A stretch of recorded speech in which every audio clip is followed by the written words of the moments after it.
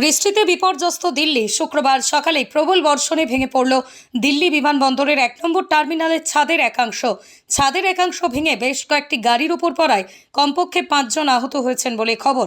মৃত্যু হয়েছে একজনের। শুক্রবার সকাল ৫:৩০ নাগাদ ঘটনাটি ঘটে। ঘটনার পরেই দিল্লির দমকলের বিভাগকে খবর দেওয়া হয়। শুরু হয় উদ্ধার কাজ।